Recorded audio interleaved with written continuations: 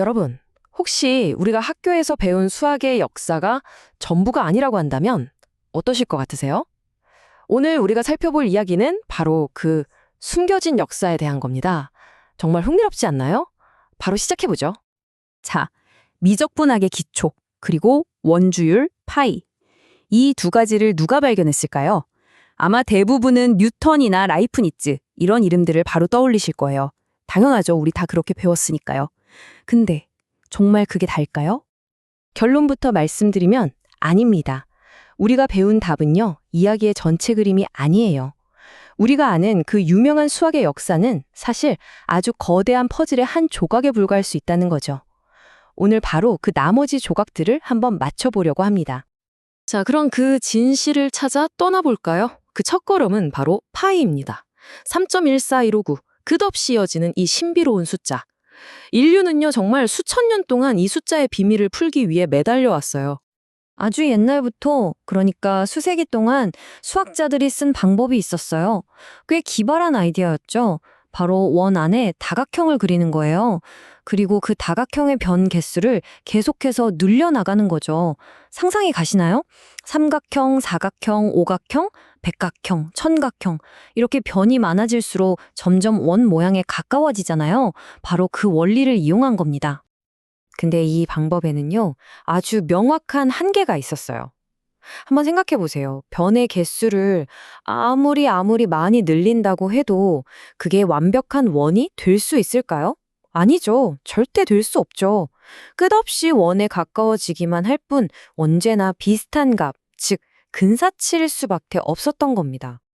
자, 그런데 바로 이 지점에서 이야기가 완전히 새로운 국면으로 접어듭니다. 우리가 알던 수학의 무대가 유럽이 아니라 전혀 다른 시간과 공간으로 바뀌거든요. 바로 인도의 케랄라라는 곳입니다. 이 연대표를 한번 보세요. 이게 모든 걸 말해줍니다. 1400년경 인도의 마다바가 무한급수를 발견합니다. 그런데 유럽에서 비슷한 개념이 나오는 건 1670년대예요. 제임스 그레고리 라이프니츠, 우리가 아는 그 이름들이죠. 시간 차이가 얼마죠? 무려 250년이 넘습니다. 정말 놀랍지 않나요? 미적분학의 핵심이 유럽보다 2세기 반이나 앞서서 인도에서 발견됐다는 겁니다. 이 모든 놀라운 이야기의 시작, 그 중심 안은 바로 이 인물이 있습니다. 상가마그라마의 마다바. 14세기 인도의 수학자이자 천문학자였죠. 그리고 그냥 한 명의 천재가 아니었어요. 케를라 학파라는 앞으로 수학의 역사를 쥐바꿀 엄청난 학파를 세운 창시자였습니다.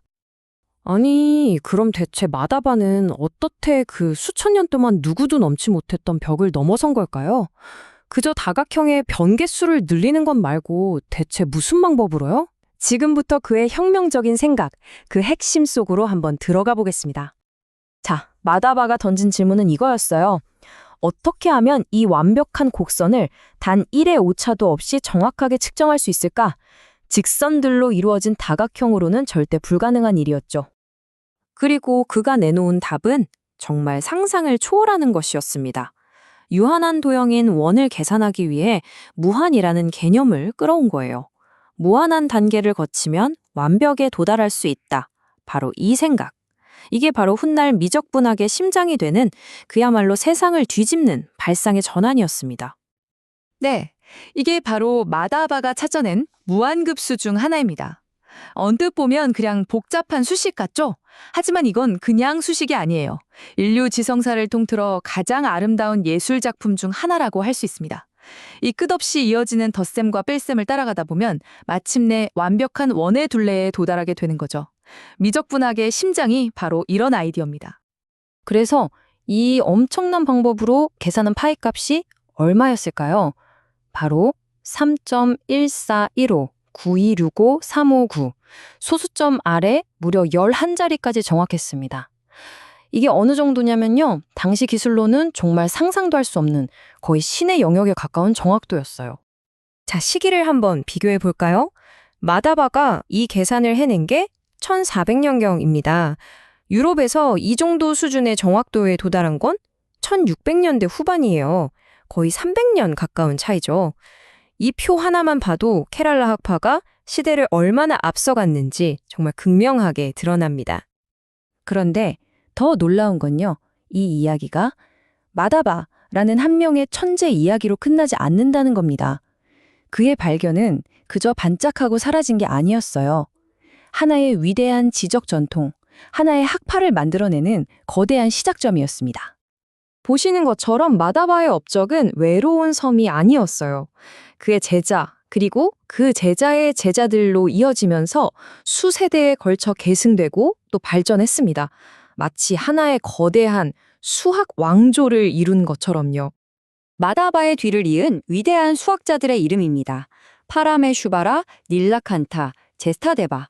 우리에겐 좀 낯선 이름들이지만 이들이 바로 마다바가 밝힌 횃불을 이어받아서 그 불꽃을 더 활활 타오르게 만든 장본인들이에요. 그리고 이 학파의 연구는요, 무려 200년 넘게 지속됩니다. 왼쪽이 창시자인 마다바의 저술이고 오른쪽이 그의 계승자 중 한 명인 닐라칸타의 저서입니다.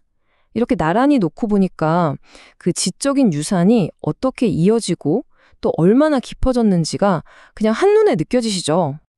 그리고 정말 중요한 게 있습니다. 이 케렐라 학파의 연구가 단순히 파이값 계산에만 머무르지 않았다는 거예요. 사인, 코사인, 아크탄젠트, 우리가 삼각함수라고 배우는 것들 있죠. 이것들을 전부 무한급수로 풀어냈습니다. 이게 무슨 의미냐면요. 사실상 현대 미적분학의 가장 기본적인 재료, 그 빌딩 블록들을 이미 다 만들어놨다는 뜻이에요.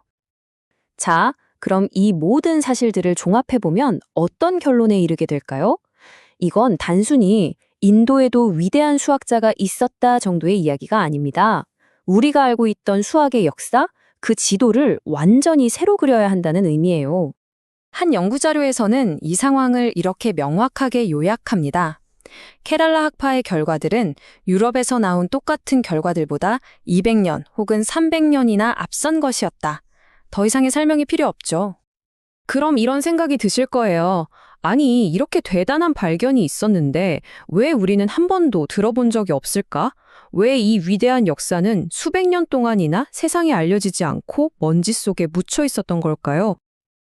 여러 가지 이유를 추측해 볼 수 있습니다.